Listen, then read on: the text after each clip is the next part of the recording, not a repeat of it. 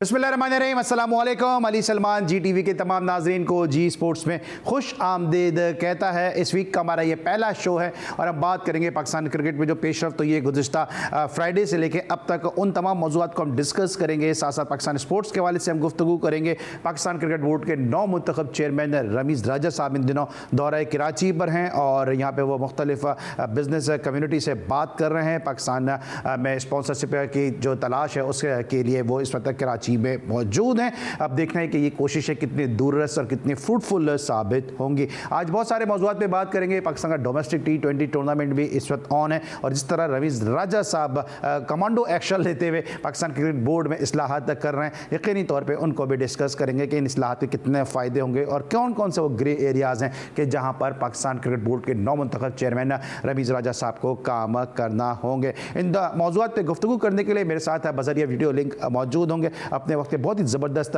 और अच्छे fast bowler जिनकी गेंदों में जो उछाल था, जो बाउंस था, वो आज भी लोग याद रखते हैं। और मुझे याद है पाकिस्तान के कई ऐसे डोमेस्टिक सर्किट पे प्लेयर हैं जो कहते थे कि अगर हमें किसी बॉलर के सामने खेलते हुए मुश्किल होती है तो इनके ही सामने मुश्किल होती है। मेरे साथ आज बज़रिया वीडियो लिंक मौजूद होंगे अब्दुल रऊफ साहब, और जबकि मेरे साथ स्टूडियोज़ में मौजूद होंगे हमारे बहुत ही अपने इंतहाई ज़बरदस्त और तेज़ी के साथ तरक्की करने वाले और ऐसी खबरें देने वाले सीनियर की सतह पर आहिस्ता आहिस्ता जो है यकीनी तौर पे जो इनका सफ़र है वो यकीनन जो है वो पहुंचेगा। हम दुआ गो हैं इनके बेहतर मुस्तकबिल के लिए। नौजवान हैं, एनर्जेटिक हैं, हमारे बहुत ही अपने मोहसिन मेहदी। मोहसिन, आपको खुश आमदीद कहेंगे शो। थैंक यू अली भाई, बहुत शुक्रिया। इससे पहले कि हम मोहसिन के साथ और अब्दुल रऊफ के साथ गुफ्तगू का आगाज़ करें, सबसे पहले आज की टॉप स्टोरीज।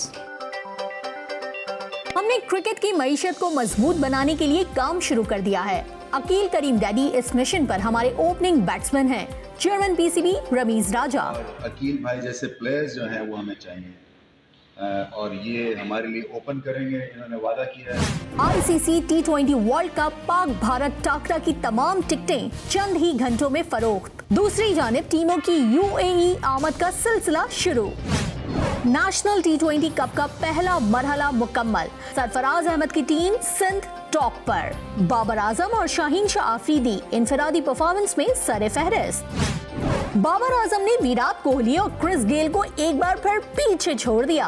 कौमी कप्तान T20 में तेज तरीन 7000 रन बनाने वाले क्रिकेटर बन गए।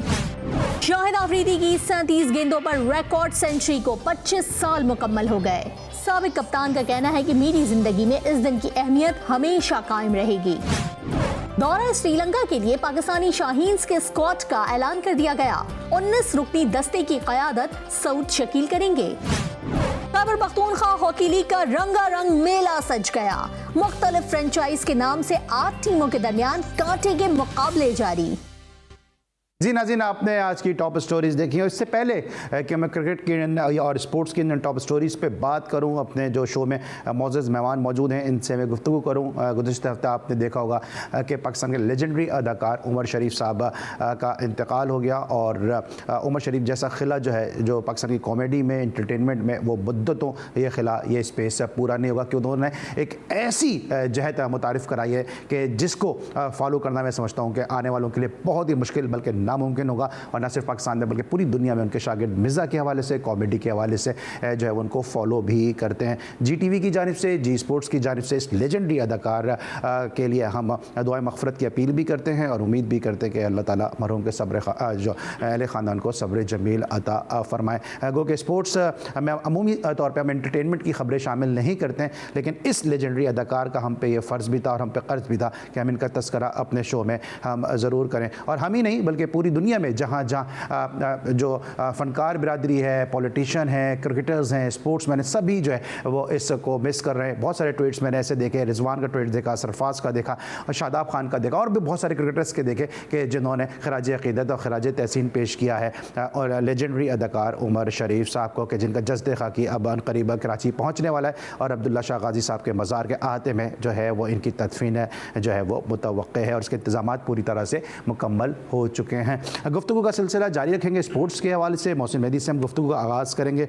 रमीज़ राजा साहब ने गुफ्तगू की है कुछ बिज़नेस कम्युनिटी के लोगों से और स्पॉन्सरशिप के हवाले से और बिज़नेस लाने के हवाले से जो है वो उन्होंने बात की। मोहसिन, क्या तफसीलात इस हवाले से? आप वहाँ पर मौजूद भी थे। रमीज़ राजा साहब अकील करीम डेडी साहब से मिले, जो बहुत ज़्यादा उनका इनपुट है, सोशल सेक्टर में भी बहुत काम करते हैं, वो स्पोर्ट्स में भी बहुत काम करते हैं। तो क्या उम्मीद है अकील करीम डेडी साहब से मुलाकात के बाद रमीज़ राजा साहब की जो हुई है? देखिए, रमीज़ राजा साहब का पहला दौरा था बतौर चेयरमैन पीसीबी जब वो कराची यहाँ पहुँचे, और आते ही उन्होंने पहले तो ये भी मुतवक्किल था कि नेशनल स्टेडियम कराची भी उनको आना है, लेकिन वो वहाँ नहीं आ सके। फिर जैसे ही वो कराची एयरपोर्ट पर लैंड करे तो सीधा वो बिज़नेस कम्युनिटी से मिले। वहाँ अकील करीम डैडी थे और कराची किंग्स के फ्रेंचाइज ओनर भी वहाँ पर मौजूद थे और उनके साथ दीगर बिजनेसमैन भी वहाँ पर मौजूद थे। और फिर हमने देखा कि जिस तरह रमीज़ राजा ने उनसे बातचीत की, उन्होंने सबसे पहले तो ये बात की कि ग्रास रूट लेवल पर काम किया जाए और उसमें हमें आपकी सपोर्ट की ज़रूरत है, क्योंकि ज़ाहिर है अगर पैसा होगा तो अच्छे तर्ज पे जो है ग्रास रूट क्रिकेट हो सकेगी। तो एक ये मुतालबा, बल्कि ये मुद्दा उन्होंने रखा और उनसे हेल्प मांगी कि सपोर्ट करें, क्योंकि ताजिर बरादरी, रमीज़ राजा का ये कहना था कि ताजिर बरादरी पाकिस्तान की मईशत को कंट्रोल कर सकती है। साथ साथ भारत का भी वहाँ तस्करा छेड़ा रमीज़ राजा साहब ने कि भारत जिस तरह पाकिस्तान के साथ जुल्म कर रहा है क्रिकेट के हवाले से या साजिशें कर रहा है, तो हमें इसको भी नाकाम करने के लिए मनसूबाबंदी करनी पड़ेगी। और इसमें भी उन्होंने उनसे हेल्प आउट कहा कि आप हमारी करें। और ये बात हुई जो हम शायद ये बात पहले से सुनते हुए आ रहे हैं कि नेशनल स्टेडियम के अहाते में या उसके करीब में कोई एक बड़ा होटल बनाया जाए। बिल्कुल ये है, लेकिन अब देखना यह है कि आज भी बिजनेसमैन कम्युनिटी से बातचीत हुई जिस पर ग्रास रूट लेवल पर और ये दीगर स्टेडियम के अहाते में होटल के हवाले से बातचीत हुई, लेकिन कल भी रमीज़ राजा साहब जो हैं वो बिजनेस कम्युनिटी से मुलाकातें करेंगे, बातचीत करेंगे। और इम्कान यह है कि 1 से 2 रोज़ में बिजनेसमैन कम्युनिटी और रमीज़ राजा जो कि पाकिस्तान क्रिकेट बोर्ड के चेयरमैन हैं, इनके दरमियान एक MOU साइन किया जाएगा। उस MOU साइन की जो तकरीब होगी उसमें फिर हमें पता चलेगा कि क्या ये जो इतने बड़े बड़े प्रोजेक्ट्स हैं इस पर कितने वक्त में काम होगा या फिर काम होगा भी या नहीं होगा। तो ये तफसीलात थी। फिर साथ साथ रमीज़ राजा साहब जो है नेशनल स्टेडियम कराची का भी दौरा करेंगे, वहाँ ब्रीफिंग भी देंगे और फिर स्टेडियम के हवाले से ब्रीफिंग भी हासिल करेंगे। जो मैनेजर हैं अरशद, उनसे भी, और जो ग्राउंड का अमला है उनसे भी जो है मुलाकात करके ग्राउंड के हवाले से ब्रीफिंग लेंगे। तो आज की जो मुलाकात थी रमीज़ राजा की काफ़ी अच्छी साबित हुई। अगर इन तमाम तर मामलात पर अमल दरामद होता तो यकीनी तौर पर पाकिस्तान क्रिकेट जो है आगे जाएगी।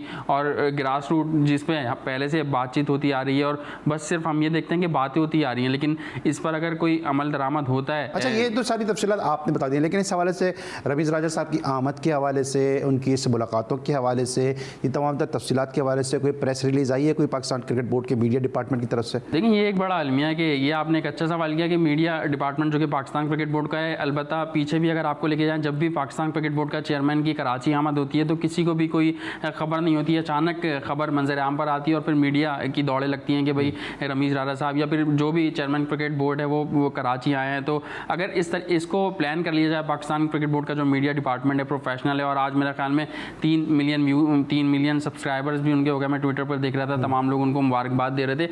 तो अगर ये भी चीज़ें अच्छी हैं, लेकिन मुबारकबाद देने के लिए मीडिया डिपार्टमेंट है, कोई परफॉर्मेंस कर दे उसका क्रेडिट लेने के लिए मीडिया डिपार्टमेंट है, लेकिन इस किस्म की जो अहम तरीन खबरें उस पर बात करने के लिए मीडिया डिपार्टमेंट की कोई प्रेस रिलीज नहीं आती है। अब्दुल रऊफ साहब मेरे साथ मौजूद हैं। अब्दुल रऊफ से हम यहीं से जो है वो उनको वार्म अप कराएंगे और उनको बॉलिंग के मार्क पे हम जरा भेजेंगे इसी सवाल से। अब्दुल रऊफ, ये बताइए कि रमीज़ राजा साहब की सबसे पहले तो कराची आमद हुई है और एक देखिए बड़ा फर्क नजर आया है कि एक MBA पास, और उस दौर का MBA जब बहुत कम लोग MBA करते थे, जब वो आया है क्रिकेट बोर्ड में तो देखिए स्ट्रेटेजी आप देखें कि बजाय इसके कि वो स्टेडियम आते, वक्त ज़ाया करते, प्रेस कॉन्फ्रेंस करते, वो सीधा जाके मीडिया जो है वो बिजनेस कम्युनिटी से मिले, अपने काम की उन्होंने बात की और कम वक्त और मुकाबले सख्त की मिसाल पेश की है। आप खुद भी बड़े पढ़े लिखे क्रिकेटर हैं, 3-4 तो मास्टर्स आप कर चुके हैं और पता नहीं कितने आप मुस्तकबिल में करने वाले हैं। किस तरह देखते हैं इस तमाम सिनेरियो को?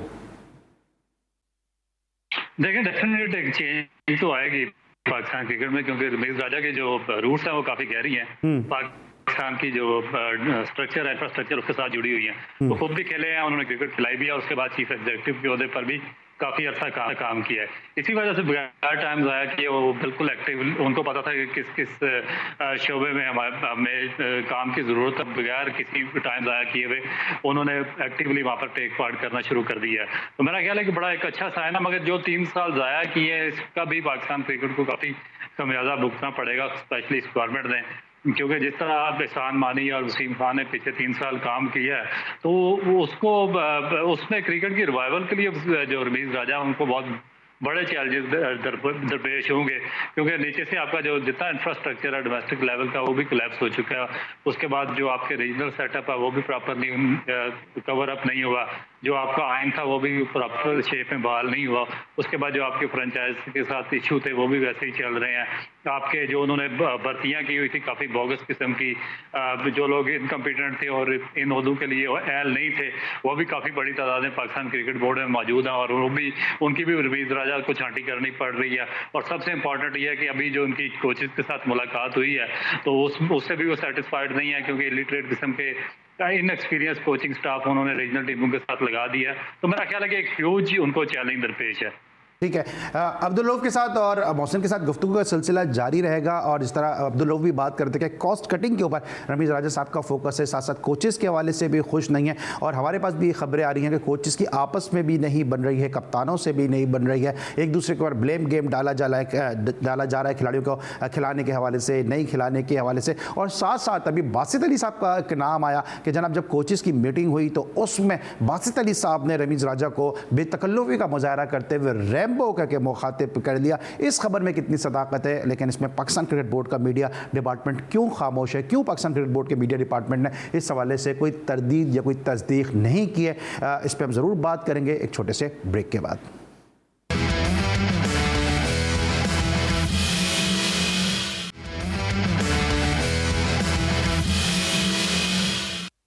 Welcome back after the break. और ब्रेक के बाद मेरे साथ मौजूद होंगे अब्दुल रऊफ और साथ साथ मोहसिन मेहदी। हम बात कर रहे हैं पाकिस्तान क्रिकेट के हालात के हवाले से। रमीज़ राजा साहब के दौरे कराची को हमने डिस्कस किया, लेकिन साथ साथ पाकिस्तान क्रिकेट बोर्ड में इन दिनों क्या हो रहा है। अभी ब्रेक पर जाने से पहले मोहसिन बात कर रहे थे कि रमीज़ राजा साहब कराची आए, लेकिन पाकिस्तान क्रिकेट बोर्ड की जानिब से कोई मीडिया रिलीज़ नहीं आई कि उनके अकील करीम डेडी से क्या बात हुई, जो कराची के इनके CEO हैं सलमान इकबाल साहब, उनसे उनकी क्या गुफ्तगू हुई। कल भी वो मुख्तलिफ जो है वो बिजनेस कम्युनिटी के लोगों से मिल रहे हैं, सरकर्दा लोगों से मिल रहे हैं, कोई भी इसके हवाले से तफसीलात नहीं आई। लेकिन थोड़ा सा मैं आपको दूसरी तरफ लेके जाऊंगा, क्रिकेटिंग पॉइंट ऑफ व्यू की तरफ से रमीज़ राजा साहब के हवाले से एक आया कि जी बासित अली ने उनको मीटिंग में रैम्बो कह दिया, लेकिन उसके बाद क्रिकेट बोर्ड की तरफ से जो छोटी छोटी परफॉर्मेंस का क्रेडिट लेता है, टीम के अंदर बाबर आजम की परफॉर्मेंस है और दूसरे प्लेयर की परफॉर्मेंस है, लेकिन बाबर आजम की परफॉर्मेंस पे जाके सब जब मुबारकबादी के ट्वीट देते हैं, उसकी वीडियो डालते हैं, लेकिन इस हवाले से कोई ना तस्दीकी कोई प्रेस रिलीज आया कि भाई बासित अली ने ऐसा कहा भी है या नहीं कहा, ना कोई तरदीदी प्रेस रिलीज आया। क्या कहेंगे कि क्यों क्रिकेट बोर्ड का जो मीडिया डिपार्टमेंट है वो जरूरी चीजों पे प्रेस रिलीज नहीं जारी करता? जीरू अब्दुल रऊफ। ये देखें, मेरा ख्याल है कि बड़ी इंपॉर्टेंट इशू था और इस पे जितना ज्यादा सोशल मीडिया पर शोर बरसा था, इसके बारे में तरदीद या तस्दीकी बयान आना चाहिए था पाकिस्तान क्रिकेट बोर्ड का जो मीडिया डिपार्टमेंट है।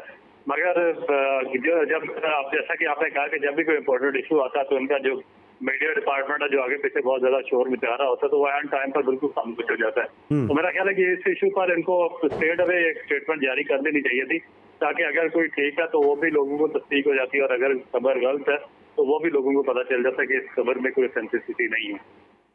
ठीक है, मोहसिन आप क्या कहेंगे इस हवाले से कि कोई भी ना तस्दीकी बयान आया ना तरदीदी बयान आया, और बासित अली क्रिकेट का एक बड़ा नाम है, इस तरह से तो उनको डिफेम करने की कोशिश की गई है। अगर किसी और कोच ने भी इस तरह से कहा है तो क्रिकेट बोर्ड को इस हवाले से जरूर कुछ ना कुछ अपनी पोजीशन को और अपने कोचेस को पोजीशन को क्लियर करना चाहिए था। देखिए, बिल्कुल क्लियर करना चाहिए था। और फिर वही वाली बात है, जैसे आप लोग बात कर रहे थे कि इंपॉर्टेंट है ये इशू, लेकिन ये पाकिस्तान क्रिकेट बोर्ड के लिए इंपॉर्टेंट है या नहीं, ये चीज़ हमें देखनी होगी। क्योंकि जिस तरह आप बात करें कि बाबर आजम या दीगर जो वो चीज़ें पाकिस्तान क्रिकेट बोर्ड की तरफ से उसके मीडिया डिपार्टमेंट की तरफ से आ जाती हैं जो इंपॉर्टेंट नहीं होती इतनी, लेकिन जो चीज़ें इंपॉर्टेंट होती हैं, जैसे रमीज़ राजा का कराची आना या बासित अली का ये मामला, ये सब चीज़ें इंपॉर्टेंट थी, इसके बारे में मीडिया डिपार्टमेंट में नहीं बताया गया। लेकिन साथ साथ ये भी है कि ज़राए बताते हैं कि कुछ मखसूस लोग हैं जिन्होंने ये बातें जो है चलवाई, ये बातें लोगों तक फैलाई एक प्रोपेगेंडे के तहत। जिस तरह आप बात करें बासित अली को डिफेम करने के लिए कुछ लोग ऐसे थे जो मखसूस लोग हैं, उन्होंने ये बातें लोगों तक फैलाई और फिर वो मीडिया पर या सोशल मीडिया पर चलाई गई। लेकिन ऐसा वाक़या जिस तरह आप बात कर रहे हैं रेम्बो के,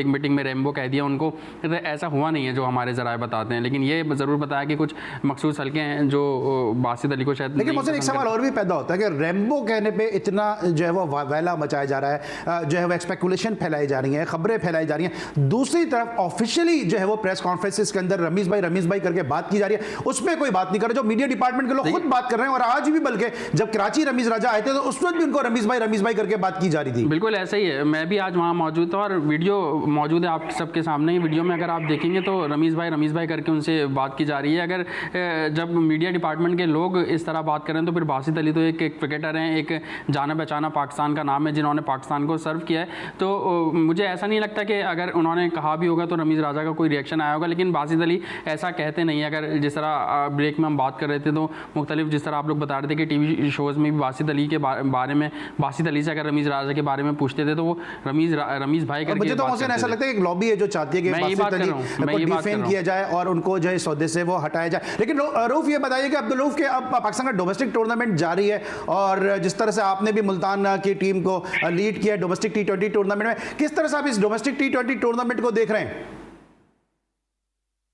देखिए अभी तक तो टूर्नामेंट अच्छा आ रहा है, मगर उसका जिस तरीके से उसका इम्पैक्ट आना चाहिए था वो नहीं आया, क्योंकि असल में बेसिक इसका मकसद यही था कि जो वर्ल्ड कप में जाने से पहले हमारी जो टीम के प्लेयर्स हैं, जो स्क्वाड मेंबर्स हैं, उनकी अच्छी प्रिपरेशन हो जाए, ताकि जो उनका टूर मिस हो गए, जिस तरह के वेस्ट इंडीज में टोटल एक बारिश की वजह से वाइट वॉश हो गया था और वो क्या उसको कहते हैं मैचेज ही नहीं हुए थे कम्प्लीटली। तो उसके बाद जो न्यूजीलैंड की टीम वापस चली गई और उसके इंग्लैंड की टीम पाकिस्तान के टूर पर नहीं आई, तो इनको कंपनसेट किया जा सके, तो इस मकसद के लिए करवाया गया था। मगर इसका ये बदकिस्मती थी जो ज्यादातर पाकिस्तान के जो प्लेयर थे, जो मिडिल ऑर्डर थे, जो काफी अच्छा से इतनी अच्छी फॉर्म में नहीं थे, वो इस टूर्नामेंट में भी स्ट्रगल करते नजर आए। और जो सबसे एक मायूसन चीज ये थी कि जो हमारे करंट स्क्वाड के लड़के थे, वो उनकी जो फील्डिंग का लेवल और फिटनेस लेवल बहुत ही इमेच्योर था, और मेरा ख्याल है कि उसको बहुत ज्यादा फिटनेस की और जो फील्डिंग लेवल है उसको बेहतर करने की जरूरत है।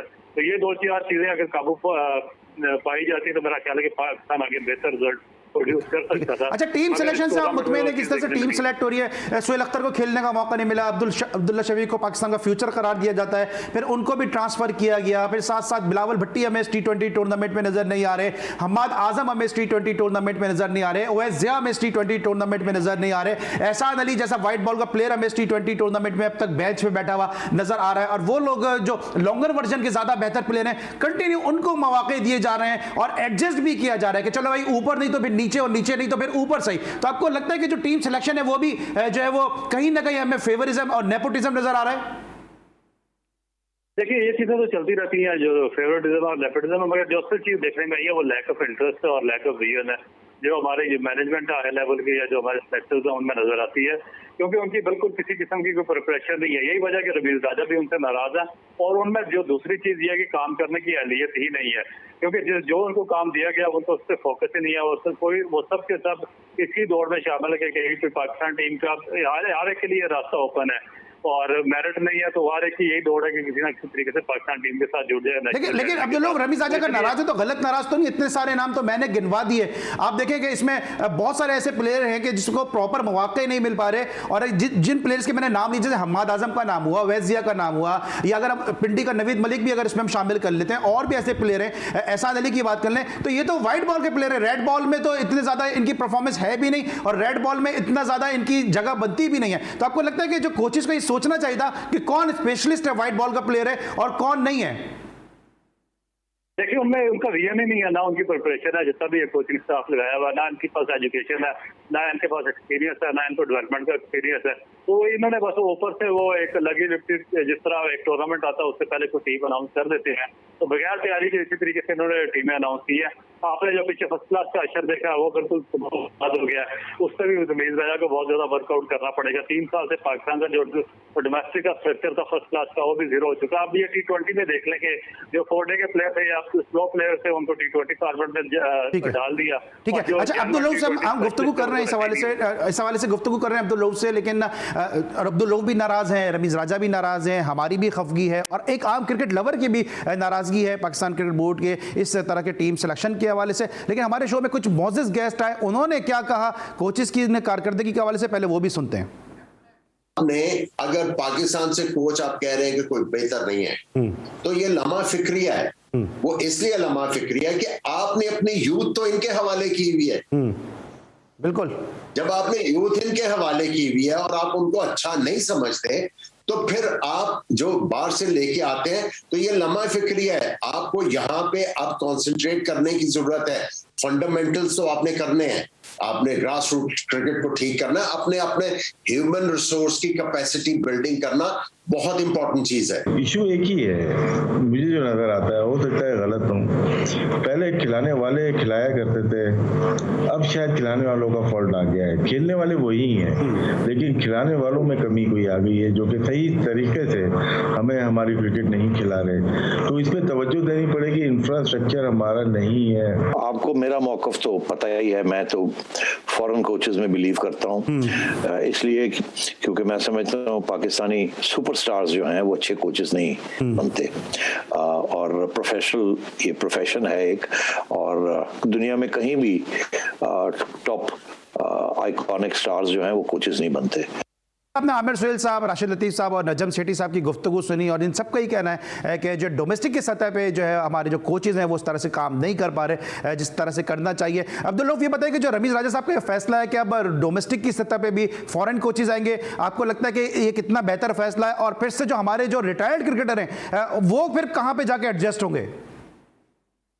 देखिए, बेसिक चीज ये है कि जो रिटायर्ड क्रिकेटर है और वो सिर्फ क्रिकेट खेलने के लिए उनकी अपॉइंटमेंट हुई थी, अगर उन्होंने कोचिंग कोर्सेज वगैरह कर रहे हैं तो उसके लिए बेसिक एजुकेशन की जरूरत है। जब तक आपके पास जो स्पोर्ट्स साइंसेज वगैरह की डिग्री है, क्योंकि आजकल जदीदियत आ गई है क्रिकेट में और लेटेस्ट टेक्नोलॉजीज आ गई हैं, उनका इस्तेमाल आ गया। फिर आपके पास जो आपकी बायोमैकेनिक्स का नॉलेज होना चाहिए, आपके पास प्लेयर की साइकोलॉजी का नॉलेज होना चाहिए, आपके पास जो ह्यूमन रिसोर्सेज उनका नॉलेज होना चाहिए, आपके कोचिंग के जो रोल्स है, जो कोच के रोल्स है उनका नॉलेज होना चाहिए, आपके बेसिक जो कोचिंग एजुकेशन है वो होनी चाहिए। इनको तो एक लफ्ज तक लिखना नहीं आता, अपना नाम पूरा को नहीं लिखना आता, तो ये कैसे कोचेस बन गए? तो बिल्कुल ठीक है अगर वो बाहर से लाएंगे, क्योंकि इसमें ब्लेम पाकिस्तान की नेशनल क्रिकेट अकेडमी और पूरी दुनिया में मॉडर्न कोचिंग हो रही है। बिल्कुल आपने सही कहा कि पूरी दुनिया में मॉडर्न कोचिंग हो रही है। मोहसिन, आप तो ग्राउंड पे जाते हैं, क्रिकेट कवर करते हैं, काम क्रिकेटर की क्या राय है? वो सिस्टम से खुश है या आपको लगता है कि इसमें बेहतरी की बहुत गुंजाइश है? देखिए, अगर रमीज़ राजा के हवाले से आप बात करेंगे, रमीज़ राजा के आने के बाद अगर क्रिकेटर के क्या पॉइंट ऑफ व्यू, तो अभी कहना कबल वक्त होगा कि क्या कौन खुश है और कौन ना खुश है। लेकिन जिस तरह से रमीज़ राजा साहब अपने इक़दाम कर रहे हैं तो उससे बहुत से लोग, क्योंकि हम लोग फील्ड में जाते हैं तो लोग उससे मुतासिर हो रहे हैं रमीज़ राजा के इन तमाम तर चीज़ों से, कि जो चीज़ गलत है वो उसको नहीं बर्दाश्त करें। और साथ साथ उन्होंने ये बयान भी दे दिया कि अखराजात कम करें। अब पाकिस्तान क्रिकेट बोर्ड में जो शाह खर्चियाँ हो रही थी उस पर भी रमीज़ राजा ने ये बात कही है कि शाह खर्चियों को कम करके या तो पैसे क्रिकेट पर लगाए जाएँ या क्रिकेटर्स पर लगाए जाएँ। और जिस तरह आपने बात की कि चेंजिंग आ रही है, तो यही बात है कि जो पहले कोचेज़ लगाए गए वो इस बिना पर लगाए गए कि पाकिस्तान क्रिकेट बोर्ड पर जो तनकीद करता था उसको पाकिस्तान क्रिकेट बोर्ड चुप कराने के लिए क्रिकेट में जॉब दे दिया करता था। लेकिन अब रमीज़ राजा साहब ये चाह रहे हैं कि जैसे हमने देखा कि पिछले दिनों आकिब जावेद से मुलाकात हुई, क्योंकि आकिब जावेद एक बड़ा नाम है पाकिस्तान का और थ्रू प्रोसेस उन्होंने कोचिंग कोर्सेज भी किए हुए हैं। और एक जिस तरह रऊफ अभी बात कर रहे थे कि आप पढ़े, अगर जैसे आप टीम में आने के लिए मेहनत करते हैं वैसे फिर अगर आपको कोचिंग करनी है तो आपको उसको कोर्स करने पड़ेंगे, कोचिंग के कोर्स करने पड़ेंगे। मैं ब्रेक पे इस वक्त जाऊंगा, जब ब्रेक से वापस आऊंगा तो पाकिस्तान और भारत के दरमियान पहला T20 का मैच खेला जाएगा, उसके टिकट जो सोल्ड आउट हो चुके हैं। लेकिन साथ साथ जो खबरें आ रही हैं कि आकिब जावेद साहब को कोचिंग की ऑफर हो रही है, लेकिन क्या आकिब जावेद को जो कोचिंग की ऑफर हो रही है उसके सामने एक बहुत बड़ी दीवार लाहौर कलंदर की कोचिंग होगी या नहीं होगी, ये सब बात करेंगे छोटे से ब्रेक के बाद।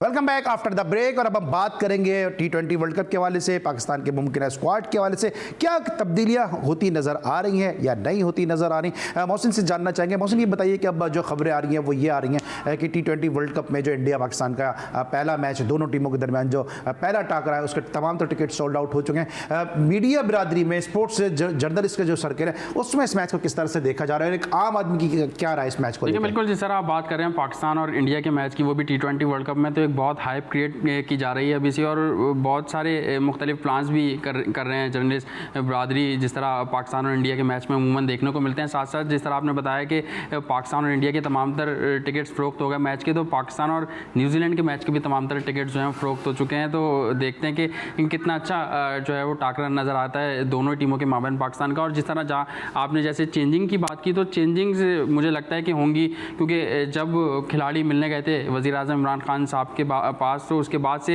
ये तमाम तर खबरें मीडिया पर आई और हमने खुद ज़राए से कंफर्म किया, तो ये बात तय थी और रमीज़ राजा साहब ने भी इसको कंफर्म किया कि चेंजेस हो सकती हैं। लेकिन अगर आप नेशनल T20 कप में उन खिलाड़ियों की परफॉर्मेंस के मैार को देखें जिनको T20 वर्ल्ड कप में शामिल किया गया है, जैसे शुएब मकसूद, आज़म खान, खुशदिल शाह या दीगर और खिलाड़ी, तो उनकी जो परफॉर्मेंस है वो इतनी इंप्रेसिव नज़र नहीं आ रही जिस तरह मतलब T20 वर्ल्ड कप के लिए एक परफॉर्मेंस होनी चाहिए थी। अब ये इसका जो जर्नलिस्ट बरादरी ये बात कर रही है कि रमीज़ राजा साहब का जो बयान आया है या मीडिया में खबरें चलाई गई हैं कि चेंजेस होंगी तो उससे प्लेयर्स पे दबाव पड़ा है और जिसकी वजह से उनकी परफॉर्मेंस पर असर अब्दुल्ला, आप किस तरह देखते हैं इंडिया पाकिस्तान का हाई इंटेंसिटी का मैच होता है, आपने इंडिया के खिलाफ वनडे भी खेला हुआ है, तो पाकिस्तान के क्या चांसेस हैं इस हवाले से, क्योंकि गौतम गंभीर ने भी कहा है कि पाकिस्तान एक मजबूत टीम है और उस दिन मॉन्टी पेनिसर मेरे साथ मौजूद थे, उनको भी ये कहना था कि अगर पाकिस्तान ये चाहता है कि गैर मुल्की टीम में पाकिस्तान आए तो फिर पाकिस्तान को अच्छा खेलना होगा।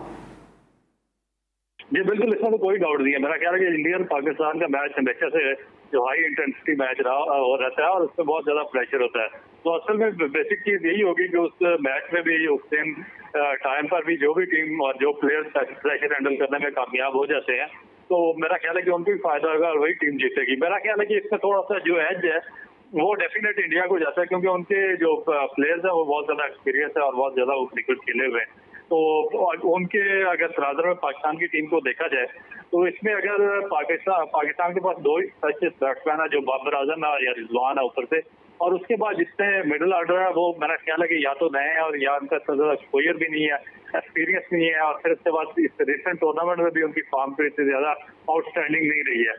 तो अब ये देखना पड़ेगा कि अच्छा अब्दुल्ला, आप ये बात कर रहे हैं मिडिल ऑर्डर पाकिस्तान का मजबूत नहीं है, सब ये बात कर रहे हैं मिडिल ऑर्डर पाकिस्तान का फॉर्म में नहीं है, लेकिन जिसने सिलेक्ट किया मोहम्मद वसीम, अगर तो ये टीम तब्दील होती है तो आपको ऐसा लगता है कि मोहम्मद वसीम को इखलाकी तौर पे रिजाइन कर देना चाहिए या फिर रमीज़ राजा साहब को उनसे इस्तीफा ले लेना चाहिए कि आप कौम के साथ खिलवाड़ क्यों कर रहे हैं, क्यों आपने ऐसी टीम सिलेक्ट की है कि जो इस काबिल नहीं है कि जाके वर्ल्ड कप में इंडिया, न्यूजीलैंड और बड़ी टीमों के साथ मुकाबला कर सके? देखिए, मेरा ख्याल है कि सिर्फ एक टीम पे मलबा डालना ठीक नहीं है। इसमें सबसे ज्यादा जो कसूरवार है वो पाकिस्तान की जो साबका मैनेजमेंट है, जिसमें देखिए साबका तो चले गए ना, वो तो एहसान मानी भी चले गए, वसीम भी चले गए, लेकिन मोहम्मद वसीम तो मौजूद है ना कि जिन्होंने टीम को सिलेक्ट किया। तो आपको नहीं लगता कि इनसे जो है वो इनसे पूछना चाहिए, इनकी अकाउंटेबिलिटी होनी चाहिए, इनका एहतसाब होना चाहिए, क्योंकि प्लेयर का तो कसूर नहीं है। अगर कोई आजम खान की फिटनेस पे बात करता है तो आजम खान का तो कसूर नहीं है, शुएब मकसूद की फिटनेस पे बात करता है, शुएब मकसूद का तो कसूर नहीं है, खुशदिल की फॉर्म पे बात करता है, उसका तो कसूर नहीं है, खिलाने वाले का कसूर है। इनका यही है कि इन पे जो ब्लेम है वो यही आता है कि बजाय कि इन्होंने वो एक नया इख्तियार करने की, एक विजन पे काम करने की, इन्होंने वही डंक वाली पॉलिसी इख्तियार की कि इसको पकड़ के ले आए, इसको पकड़ ले, ये मैच जितवा सकता है, या ये अगर 3-4 साल बाहर भी रहा तो दोबारा टीम में आके दोबारा पाकिस्तान को शायद 1 या 2 मैचेस ये हमारा टाइम पास करवा दे। तो बजाय एक विजन पे जाने के इन्होंने बिल्कुल एक शॉर्ट टर्म जो पॉलिसी अपनाई है। तो मेरा नहीं ख्याल कि रमीज राजा इस चीज को बहुत ज्यादा आगे बर्दाश्त करेंगे, क्योंकि उनको ऐसे लोग चाहिए होंगे जो एक लंबा विजन सामने रख के काम करें। ठीक है, और रऊफ आप क्रिकेट को बहुत समझते हैं, इस सवाल में मोहसिन से भी करूंगा। अब जिस तरह से खबरें आ रही हैं कि मोहम्मद हफीज को डेंगू हो गया और उनके रिप्लेसमेंट में शुएब मलिक आएंगे, और शुएब मलिक ने जिस तरह सिंध के खिलाफ इनिंग खेली है, उस इनिंग को आप किस तरह से देखते हो? जिस एरिया में उनको बॉलिंग की गई है, आपको लगता है कि उनके फेवरेट एरिया में बॉलिंग की गई है? देखिए, मैं तो कभी भी इस फेवर में ना तो मैं मोहम्मद हफीज के फेवर में हूँ और ना ही मैं शुएब मलिक, क्योंकि जो शॉर्ट फॉर्मेट है, T20 फॉर्मेट है, वो बिल्कुल ही है जो यंग लड़कियां और जो एनर्जेटिक है, जिनका हैंड आई कोऑर्डिनेशन और आई साइड अच्छी है, उनके लिए प्लान दिया गया। तो इसमें जितने ज्यादा से ज्यादा नए लड़के इंडल्ज कर सकते हैं वो ठीक है, मगर अगर आपने 20-25 साल किसी भी जो सीनियर प्लेयर है उससे आपने एक्सटेंड किया पाकिस्तान क्रिकेट बोर्ड ने, तो इनको चाहिए था उनको टेस्ट क्रिकेट या जो वनडे इंटरनेशनल है उससे यूटिलाइज करते ताकि बाकी प्लेयर्स को उनसे फायदा होता, बजाय कि ये कि अपना टाइम पास कराने के लिए आपने 40-40 साल की उम्र में उनको ये एक हमारा वर्ल्ड। अच्छा, इससे पहले कि मैं मौसम के पास जाऊं, एज ए बॉलर आपसे मैं पूछना चाहूंगा, मैं बिल्कुल ये नहीं कह रहा हूं कि शुएब मलिक का कोई दानिस्ता, शुएब मलिक ने खुद ये कहा होगा कि मुझे ऐसी बॉलिंग की जाए, लेकिन एक एक्सपीरियंस बैट्समैन को अगर आप सर्कल के अंदर फील्डर लेके लेग स्टंप के बाहर फुल टॉसेस करते हैं, अगर आपको उसको मिडिल में शॉर्ट पिच करते हैं सर्कल में फील्डर लेने के बाद, तो फिर शुएब मलिक जैसा एक्सपीरियंस बैट्समैन तो रन्स करेगा ही करेगा, बल्कि कोई भी बैट्समैन रन्स करेगा। आपका पॉइंट दुरुस्त है, मगर मैं इस चीज में भी जाऊंगा कि जो इतना ज्यादा एक्सपीरियंस बैट्समैन है, जिनको 20 साल हो गए, 20-22 साल हो गए इंटरनेशनल सर्किट पे, उनके लिए एक डोमेस्टिक बॉलर को 1 या 2 मैचेस में हिटिंग करना कोई इतना ज्यादा कोई चंबे की बात नहीं है, ये होता है। और मेरा ख्याल है कि अगर आज भी आप सचिन तेंदुलकर या सहवाग को भी खिला देंगे तो वो भी इस तरह की, या डिविलियर्स को खिला देंगे तो वो भी इस तरह की हिटिंग कर देंगे। तो इसमें ये जरूरी नहीं है कि आप फिर उनको वापस ले आएंगे, आपकी पाकिस्तान टीम में जगह बनती है तो हम आपको वर्ल्ड कप के साथ लेके जाएंगे। ठीक है, वो अपने डोमेस्टिक क्रिकेट खेल रहे हैं, अगर वो अच्छा खेल रहे हैं तो वेल एंड गुड, उनको बहुत अच्छा है, उनको खेलने दें। लेकिन अब्दुल आपको लगता है कि ठीक है परफॉर्मेंस दी है शुएब मलिक ने, हम सब खुश हैं शुएब मलिक ने परफॉर्मेंस दी, लेकिन इस परफॉर्मेंस से जो है वो अब प्रेशर आएगा, क्योंकि हम सब जानते हैं रमीज राजा साहब के क्या ख्यालात हैं हफीज और शुएब मलिक के हवाले से। अब फिर अवाम का, मीडिया का ये प्रेशर आएगा कि जी शुएब मलिक ने रन्स कर दिए हैं या हफीज ने या XYZ किसी ने भी इस तरह के रन्स कर दिए हैं, उनको फिर वर्ल्ड कप के स्क्वाड में शामिल करो। देखिए, मेरा ख्याल है कि जो पाकिस्तान की रवीज राजा में और जो बाकी चेयरमैन है जिस तरह एहसान मानी, फीस खान या नजब सेठी वगैरह थे, उनमें डिफरेंस यही है कि रवीज राजा बहुत क्रिकेट को जेन्युइनली समझते हैं और वो इस तरह के प्रेशर में नहीं आएंगे। वो एक विजन और एक पॉलिसी को लेकर चलेंगे और उस पर ही अमल करेंगे, चाहे आप उन पर जितना भी प्रेशर डाल दें वो किसी भी सूरत अपने। ठीक है मोहसिन, आपको क्या लगता है कि जिस तरह भी शुएब मलिक को हम देख रहे हैं कि वो रन्स कर रहे हैं, ठीक है रूफ की आपने राय सुन ली है, खुर्रम मंजूर की मैं बात करूंगा, 18 साल से एक शख्स है वो मुसलसल रन्स कर रहा है। अब या तो आपके सिस्टम में खराबी है कि वो 18 साल से कराची की टीम कोई दूसरा ओपनर तलाश नहीं कर सकी, वो जाता है रन्स करता है, या फिर उसको फिर आप क्या उसमें ऐसी बुराई है कि फिर आप उसको T20 के फॉर्मेट में, हर फॉर्मेट में जहां पे वो रन्स करता है उसको आप कंसीडर ही नहीं करते? देखिए, क्रिकेट हल्कों में खुर्रम मंजूर के हवाले से जो बात होती है वो ये होती है कि वो डोमेस्टिक के विराट कोहली हैं, जिस चीफ सेलेक्टर की आप बात कर रहे हैं मोहम्मद वसीम साहब की, उन्होंने इंटरनेशनल क्रिकेट खिलाई कितनी है उनको, जो अगर डोमेस्टिक पर उनको टैग लगा रहे तो? ये है कि इंटरनेशनल क्रिकेट अगर उनको खिलाई भी है तो वो उस कॉन्फिडेंस के साथ नहीं खिलाया जितना कॉन्फिडेंस दीगर खिलाड़ियों को दिया गया है, जैसे ओपनर बना दिया गया बहुत से खिलाड़ियों को। लेकिन ऐसा खुर्रम मंजूर या दीगर प्लेयर और भी ऐसे हैं जिनके साथ नहीं हुआ। जहाँ तक शुएब मलिक की आप बात कर रहे हैं तो क्रिकेट हल्कों में अब ये बातें की जा रही हैं और पाकिस्तान क्रिकेट बोर्ड